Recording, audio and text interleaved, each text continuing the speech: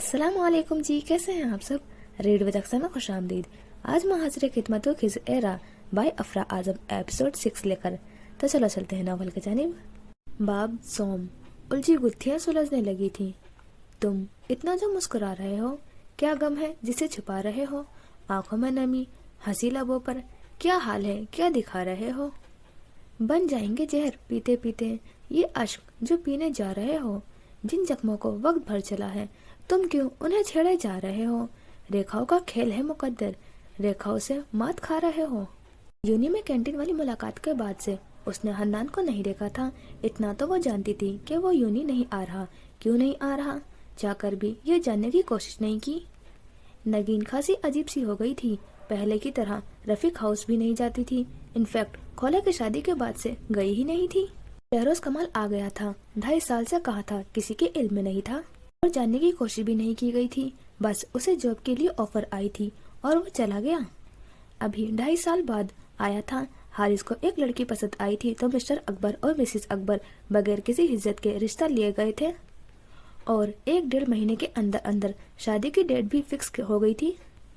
ان 3 گھروں کو ایسی آہیں سسکیاں گہرے ہوئے تھی کہ خوشی کے موقع پہ بھی یہاں پہ نحوست ٹپک رہی تھی۔ شہروز صبح کا نکلا، رات کو لوٹتا۔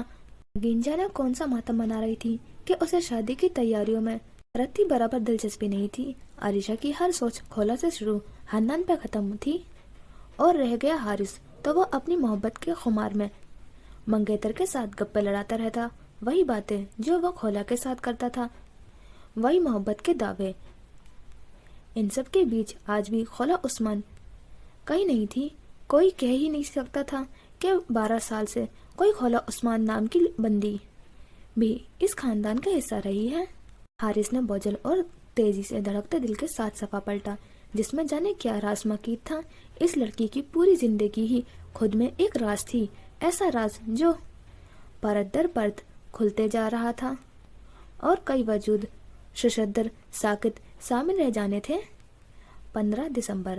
آج ساری فیملی ڈنر پہ ماموں لوگوں کے پاس انوائٹڈ ہے۔ سب گئے ہیں مگر میں نہیں گئی کیونکہ میں مزید شہروز بھائی کا سامنا نہیں کر سکتی۔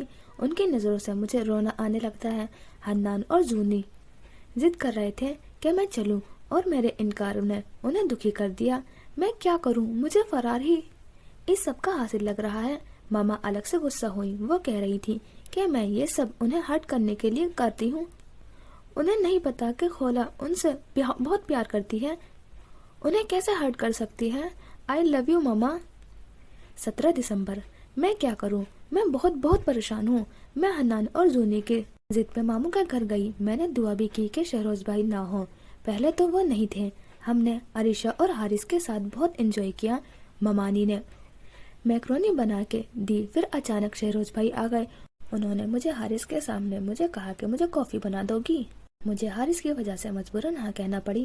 میں ان کے لیے کافی بنا کے لاؤنج میں لائی تو وہ وہاں نہیں تھے۔ حارث کے کہنے پہ میں ان کے روم میں ان کو کافی دینے گئی تھی تو انہوں نے میرا ہاتھ پکڑا۔ مجھے خود سے گھن سی آ رہی ہے۔ دل کر رہا ہے جہاں انہوں نے ٹچ کیا ہے وہ جگہ جلا دوں یا کاٹ دوں۔ کیا کروں؟ کسے بتاؤں؟ کاش حنان میرے بھائی تم بڑے ہوتے تو وہ کبھی ایسا نہیں کرتا، کیونکہ بھائی تو محافظ ہوتے ہیں۔ ایک بوجھ تھا جو حنان کے دل پہ بڑھ گیا تھا۔ بھائی تو محافظ ہوتے ہیں، یہ ایک جملہ تھا یا سور قیامت۔ یوں لگا اسے پھانسی کی سزا دی گئی ہو اور وہ اسے قبول ہی نہیں کر پا رہا ہو۔ اس میں مزید اس کی یوں امید بھری باتیں، گلے شکوے پڑھنے کی طاقت ہی ہرگز نہیں تھی۔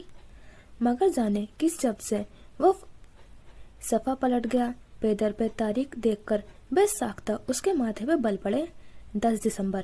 1 سال بعد ڈائری اور قلم اٹھا رہی ہوں کیونکہ باتیں دل میں دبا دبا کے میرے اندر زہر بنتی جا رہی ہیں۔ ایک ایسا زہر جسے سلو پوائزن کہا جاتا ہے، جو ایک دم سے نہیں بلکہ آہستہ آہستہ سانسوں پہ قابض ہوتا ہے۔ جی ہاں، مجھے بھی ایسا لگتا ہے کہ یہ ساری باتیں مجھے ذہنی اذیت دے کر بالآخر مار ہی دیں گی۔ آج شدت سے مجھے بابا یاد آ رہے ہیں، اتنا کہ مجھے لگتا ہے اگر میں نے یہ اذیت آنسو بہا کر ختم کرنے کی کوشش نہیں کی تو میرا جگر پھٹ جائے گا۔ حنان کہتا ہے کہ میری ایسی کوئی بات نہیں جو آپ ہی کو نہ پتا ہو۔ عریشہ بھی یہ کہتی ہے۔ انہیں اندازہ ہی نہیں ہے کہ وہ کتنے خوش قسمت ہیں کہ ان کے لیے کوئی سامیہ ہے۔ اس اذیت کا علم مجھ سے پوچھے کوئی کہ آپ ہر وقت ہر لمحے ہر کسی کے لیے مؤثر ہوں اور وقت آنے پہ خود کے لیے بالکل تنہا ہو، کوئی سننے والا، کوئی دلاسا دینے والا نہ ہو، بالکل تنہا۔ اللہ اللہ، ایسا انکشاف، ایسی آگہی اس تکلیف کے سامنے ہر زخم جیسے مندمل ہو گیا ہے۔ کہیں پڑھا تھا کہ آگہی عذاب ہے، آج اقرار کرتی ہوں کہ واقعی آگہی عذاب ہے۔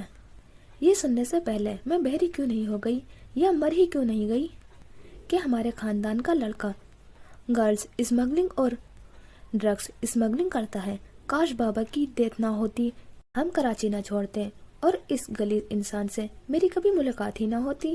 میں آج سینٹر سے آ رہی تھی اور وہ کسی سے بات کر رہا تھا جو میں نے سن لی، اور اس سے بھی بری اور خطرناک بات یہ ہے کہ وہ جان گیا ہے کہ میں نے اس کی باتیں سن لی ہے۔ وہاں سے تو میں جلدی چلی آئی، اب کمرے میں بند ہوں، مگر میرا دل درز رہا ہے۔ ہاں، مجھے واقعی بہت ڈر لگ رہا ہے۔ آگے آنسوؤں کے نشان تھے جس کی وجہ سے قلم کی سیاہی پھیل گئی تھی۔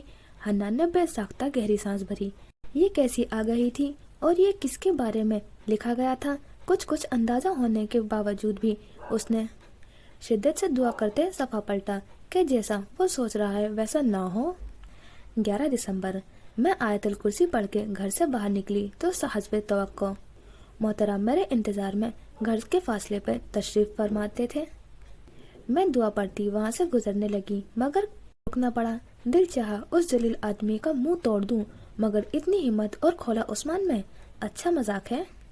خیر، وہ آدمی اتنا ذلیل ہے کہ مجھے لگا وہ انکار کرے گا اس بات کا، جو زواج اور صفائیاں دے کر معاملہ رفع دفع کرنے کی کوشش کرے گا، مگر نہیں، وہ صاف اقرار کر گیا اور مجھے دھمکی دی کہ اگر میں نے کسی کو بتانے کی کوشش کی تو مجھے بھی اسی جہنم میں پھینک دے گا۔ سچ لکھوں تو میں واقعی ڈر گئی ہوں، اس لیے اسے میں نے صرف یہ کہا ہے کہ میں نہیں جانتی کہ تم کس بارے میں بات کر رہے ہو، اور وہ وہاں سے چلی گئی۔ مگر اسے کیا پتا کہ میں اس کی ساری باتیں ریکارڈ کر چکی ہوں۔ 21 جون، اگر میرا دوسرا نام ہوتا تو وہ مصیبت ہوتا۔ اللہ اللہ، یوں لگتا ہے پریشانیاں میرے پاس خود دوڑ کے آتی ہیں۔ پچھلے 6 مہینوں سے شہروز یہاں نہیں تھا، زندگی پرسکون تو نہیں تھی، مگر اطمینان بھری ضرور تھی۔ مگر 2 دن پہلے وہ آ گیا اور اسے خطرناک بات یہ ہوئی کہ آج گھر میں کوئی نہیں تھا۔ پاپا آفس میں تھے، ماموں کے پاس گئی تھی، زونی مدرسہ اور ہنی اکیڈمی گیا ہوا تھا۔ میں کچن میں حنان اور زونی کے لیے سموسے بنا رہی تھی کہ شہروز آ گیا۔ اس نے ہاتھ پکڑنا چاہا تو بیڑا غرق ہو میری جذباتی طبیعت کا، میں نے غصے میں کہہ دیا کہ آئندہ اگر انہوں نے ایسی کوئی حرکت کی تو میں اس کی ریکارڈنگ سب کو دکھا دوں گی۔ پہلے تو وہ حیران ہوا، پھر زارانہ انداز میں میری طرف بڑھا۔ ٹھیک اسی وقت ماما آ گئی اور وہ ایک نظر، ہاں بظاہر تو ایک نظر، مگر ایسی جو میری روح تک کو جھنجھوڑ گئی، ایک نظر ڈال کر تیزی سے نکل گیا۔ 7 جولائی، اس دن کے بعد سے میں نے شہروز کو نہیں دیکھا۔ خدا جانے یہ کیسی خاموشی ہے۔ خیر، میں بہت عرصے سے صرف دکھ پریشانیاں ہی لکھ رہی ہوں، مگر آج خاص دن ہے جس میں کم از کم میں آج یہ سب نہیں لکھنا کہنا یہ سوچتی جاتی، کیونکہ آج میرے بچے کی 8ویں سالگرہ تھی۔ میں نے مہر کے کہنے پہ جو انٹیریئر ڈیزائننگ کی کلاسز جوائن کی تھی اس کا فائدہ ہوا، وہ یہ کہ میں نے ٹیم ورک کر کے اتنی سیونگز کر لی ہے کہ میں اپنی کیوٹ گڑیا کی برتھ ڈے سیلیبریٹ کر سکوں۔ ہنی کہتا ہے میں زونی سے زیادہ پیار کرتی ہوں۔ ارے میرا جیلیسی بچہ، اسے کیا پتا زونی میرا جگر ہے تو وہ میرا دل ہے، زونی میرا پیارا بچہ ہے تو وہ خود بھی تو مجھ سے بہت پیار کرتی ہے۔ وہ کہتی ہے آپ ہی اس کی سیکنڈ ماما ہے۔ ان دونوں سے ہی مجھے بہت محبت ہے۔ اگلا صفحہ، اس پہ کوئی تاریخ نہیں لکھی ہوئی گئی تھی، اوپر کی سطر پڑھ کر ہی حنان بے ساختہ ٹیک چھوڑ کر سیدھا ہو بیٹھا۔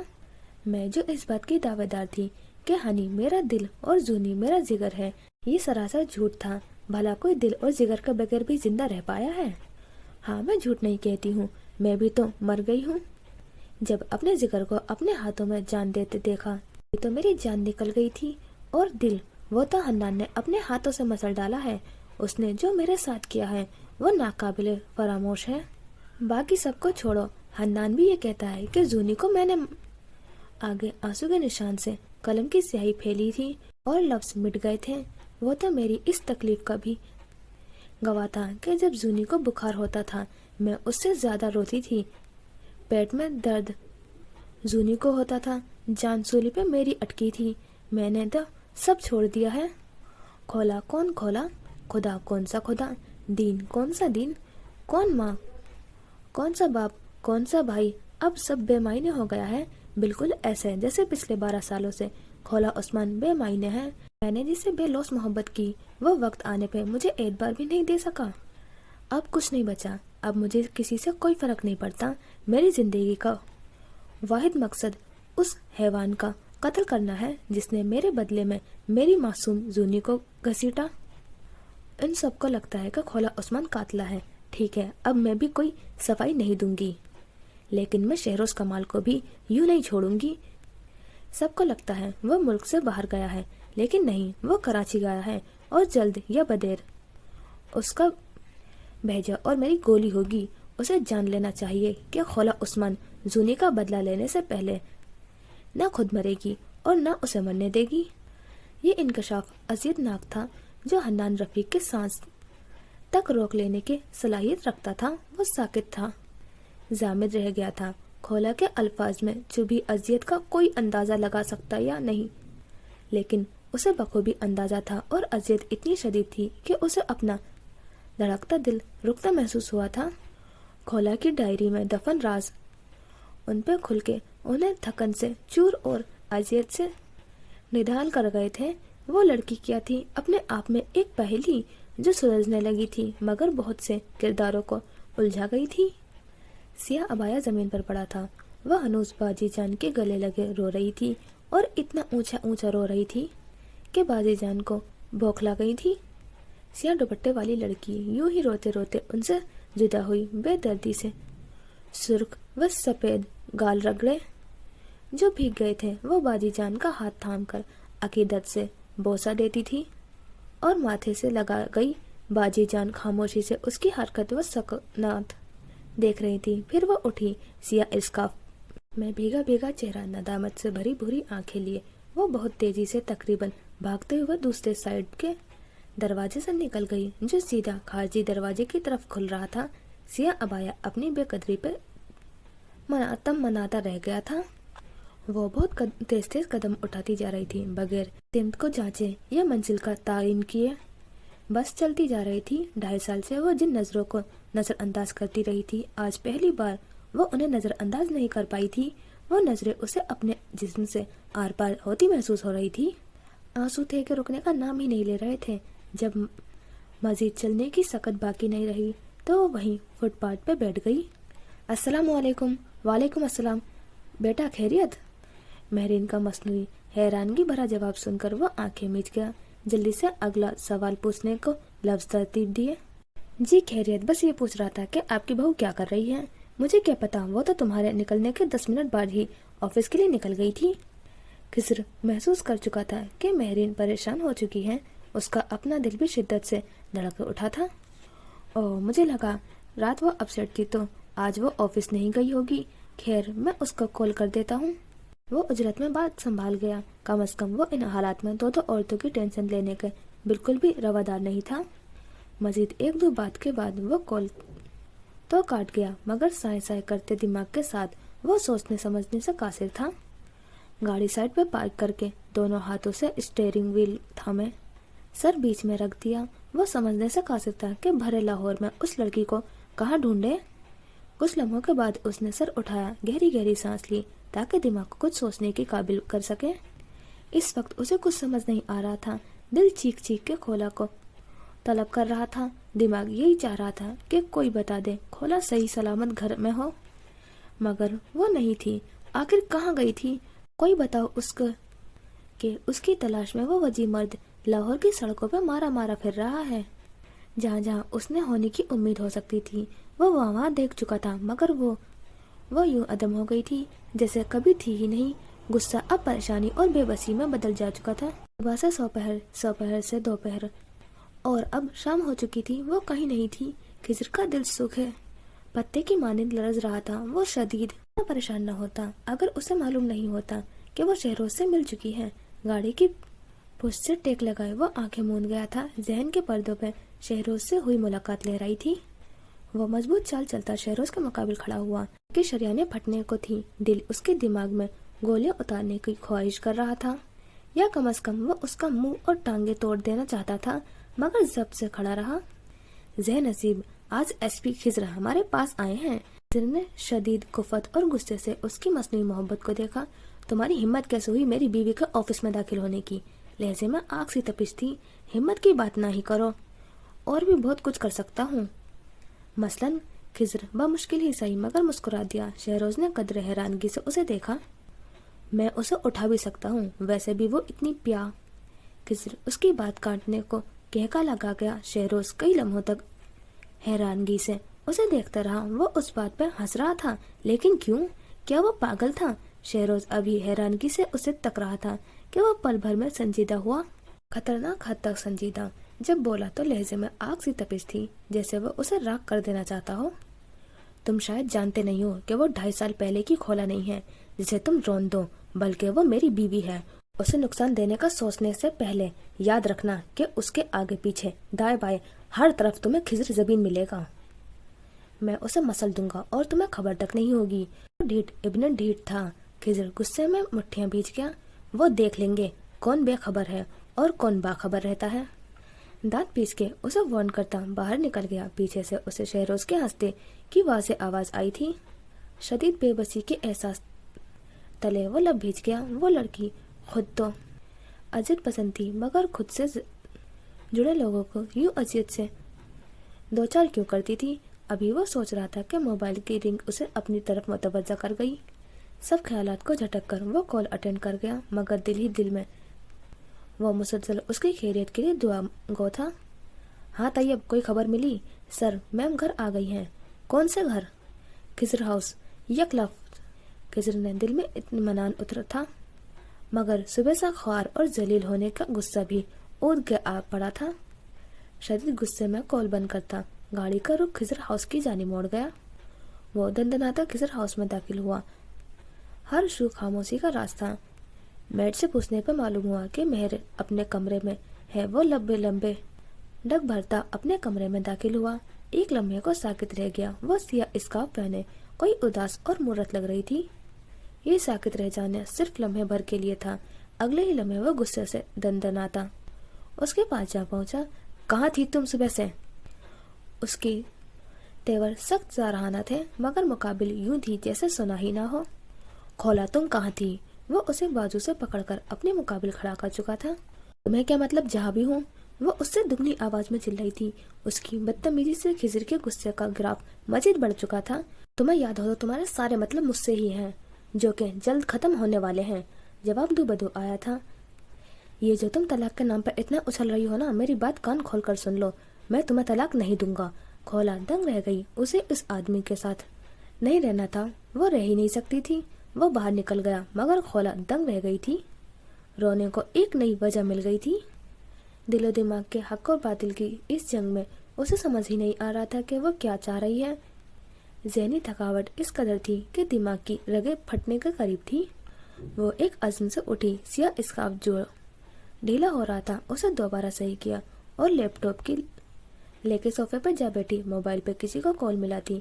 وہ سکون سے نظریں لیپ ٹاپ کی اسکرین پہ جما گئی تھی۔ سوجی سوجی آنکھیں، رویا رویا چہرہ، پرعزم تاثرات۔ اب کیا کرنے لگی تھی وہ لڑکی؟ یہ اس سے اگلا دن تھا۔ شہر لاہور میں ایک اور صبح اتری تھی۔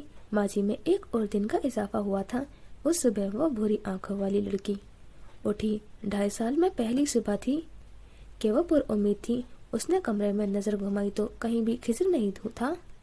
وہ سر جھٹک کر اگلے 10 منٹ میں تیار ہو کر نیچے ڈائننگ ٹیبل پر آئی۔ خضر تو ساکت رہ گیا تھا۔ بلو گھٹنوں تک آتی شرٹ اور نیوی بلو جینس اور کوٹ جی گھٹنوں سے بھی کافی نیچا تک تھا۔ حسب معمول بالوں کی اونچی پونی جو سیاہ اسکارف سے نظر نہیں آ رہی تھی وہ کافی پیاری لگ رہی تھی۔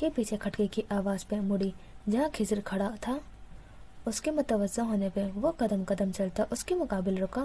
مجھے تھانے جانا ہے، وہ بغیر کچھ کہے بس اس بات میں سر ہلا گئی۔ تم یہیں رکو، کوشش کرنا کہ آنٹی کو زیادہ ٹائم دینا، میں شام میں آؤں گا، ماما کو بھی لاؤں گا، خیال رکھنا اپنا، اور اگر اچھا فیل نہ کرو تو مجھے کال کر دینا، میں آ جاؤں گا۔ وہ اب بھی کچھ نہیں بولی تھی، بس اسے یک تک دیکھتی رہی۔ دل کی دنیا بدلنے لگی تھی، یا شاید وہ بدل چکی تھی۔ اسے دیر سے خبر ہوتی تھی مگر وہ قطعاً ماننے کو تیار نہیں تھی۔ اس کے رخسار پر ہاتھ رکھ کر نرمی سے اپنے انگوٹھے سے اس کی بھوری آنکھیں سہلائی۔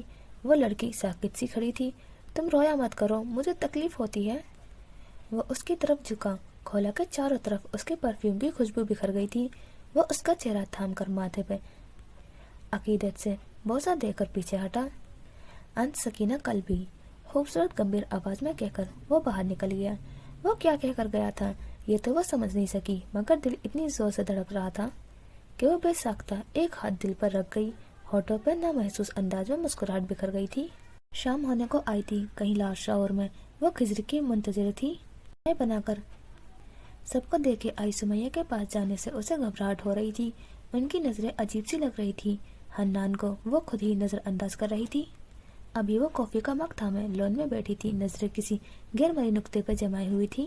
سائڈ میں ہوتی قدموں کی آڑ پہ وہ متوجہ ہوئی۔ اپنے سامنے کھڑے حارث کو دیکھ کر اس کا حلق تک کڑوا ہو گیا تھا۔ اس کی موجودگی کو یکسر نظر انداز کر کے وہ گھونٹ گھونٹ کافی کا تلخ مایا اپنے اندر انڈیلتی رہی۔ کئی لمحے گزر گئے، ایک وجود بے نیازی سے کسی غیر مرئی نقطے کو تک رہا تھا تو دوسرا تمسخرانہ نظروں سے اس کی بے نیازی کو دیکھ رہا تھا۔ تم یہ اسکارف پہن کے اب کون سا ڈھونگ رچا رہی ہو؟ اس کے گستاخانہ انداز پہ کھولا نے آنکھیں میچ کے کھولی۔ کہا کچھ نہیں۔ وہ کافی کا آخری گھٹ بھر کے اٹھی، قدم قدم چل کے وہ حارث کی سائڈ سے یوں گزری جیسے وہ آدم ہو یا کوئی ماورائی مخلوق ہو۔ وہ گزر جاتی کہ حارث نے اس کی کلائی تھامی۔ کھولا ششدر رہ گئی تھی۔ اس کی اتنی ہمت کہ وہ کلائی تک تھام لے۔ سپاٹ تاثرات والی لڑکی جھٹکے سے مڑی، کلائی چھڑوا کر بائیں ہاتھ کا تھپڑ وہ اس کے گال پہ مار گئی۔ بھوری آنکھوں میں تپش تھی، جلا کر راکھ کر دینے والی تپش۔ حارث جارحانہ انداز میں اس کی طرف بڑھنے لگا تھا کہ اس نے دھاڑ پہ وہ ساکت رہ گیا۔ ہاؤ ڈیر یو، تمہاری ہمت کیسے ہوئی کہ تم کھولا عثمان کا ہاتھ تھامو؟ وہ کڑے تیوروں سے آگے بڑھ کر ایک اور تھپڑ اسے مار گئی۔ یوں ذلیل آدمی، اپنی یہ ذلالت کہیں اور دکھانا۔ آئندہ اگر ایسی ضرورت کی تو خدا کی قسم ہاتھ بازو سے جدا کر دوں گی۔ ہر چیز ساکت رہ گئی تھی۔ مقابل گال پہ ہاتھ رکھ کے لڑکا گھر میں داخل ہوتا خضر، زمین پیچھے آتی مہرین۔ وہ تیزی سے مڑی، باہر کی طرف نکلنے لگی تھی کہ گیٹ پہ خضر اور مہرین کو دیکھتی پل بھر کو رکی۔ اگلے ہی پل انہیں نظر انداز کرتی باہر نکلنے لگی کہ خضر اس کی کلائی تھام گیا۔ وہ رک گئی، ہاں وہ رک گئی، بغیر کسی مزاحمت کے۔ ہنوز ساکت کھڑے حارث کو یہ منظر دیکھ کر پتنگے لگ گئے تھے۔ کہاں وہ لڑکی اس کے ہاتھ تھامنے پہ ہتھے سے اکھڑ گئی تھی، اور اب ماما آپ جائیں اندر، ہم آتے ہیں، خضر نے کہنے پہ مہر نے محبت سے کھولا کا گال تھپ تھپایا اور اندر بڑھ گئی۔ کچھ لمحوں میں حارث بھی انہیں کینتوز نظروں سے دیکھتا رہا اور پھر تن فن کرتا باہر نکل گیا۔ خضر اس کا ہاتھ تھامے اسے گاڑی تک لایا۔ وہ یوں ہی بغیر کسی مزاحمت کے اس کے ساتھ چلتی رہی۔ زبان پہ کف لگا تھا، چہرہ سپاٹ تھا۔ خضر نے گاڑی کا دروازہ کھول کر اس کا ہاتھ چھوڑا تو وہ بیٹھ گئی۔ وہ خود بھی دوسری سائڈ سے آ کر بیٹھا اور گاڑی آگے بڑھا گیا۔ سیاہ گاڑی لاہور کی سرمئی سڑک پہ دوڑ رہی تھی۔ باہر جتنا شور تھا اندر اتنی ہی خاموشی تھی۔ خاموشی کا دورانہ بڑھتا جا رہا تھا۔ وہ محبت سے ڈرائیو کر رہا تھا اور کھولا سر جھکائے اپنے ہاتھ کی ہتھیلیوں کو دیکھ رہی تھی۔ عجیب الجھی الجھی تھی وہ لڑکی۔ کھولا گمبھیر محبت سے چور اپنائیت سے بھرا لہجہ تھا۔ کھولا کی دھڑکنیں منتشر ہوئی، ہاتھ بھی کانپ اٹھے تھے۔ میری شیرنی کیوں ایسے خاموش ہے؟ میں کھولا ہوں، اس الجھی سی لڑکی کے تڑک کر کہنے پہ خضر سر جھکائے ہنس دیا۔ کچھ دیر پہلے آپ کا انداز کسی شیرنی سے کم تو نہ تھا۔ وہ تو بس مجھے غصہ آ گیا تھا۔ خضر نے بغیر کچھ کہے گاڑی سائڈ پر روکی اور باہر نکلا۔ کھولا بھی اس کی تقلید میں نکلی۔ یہ وہی سڑک تھی جہاں ان کی درمیان پہلی بار طویل گفتگو ہوئی تھی، جہاں خضر زبین نے اسے احساس دلایا تھا کہ اللہ اس سے محبت کرتا ہے۔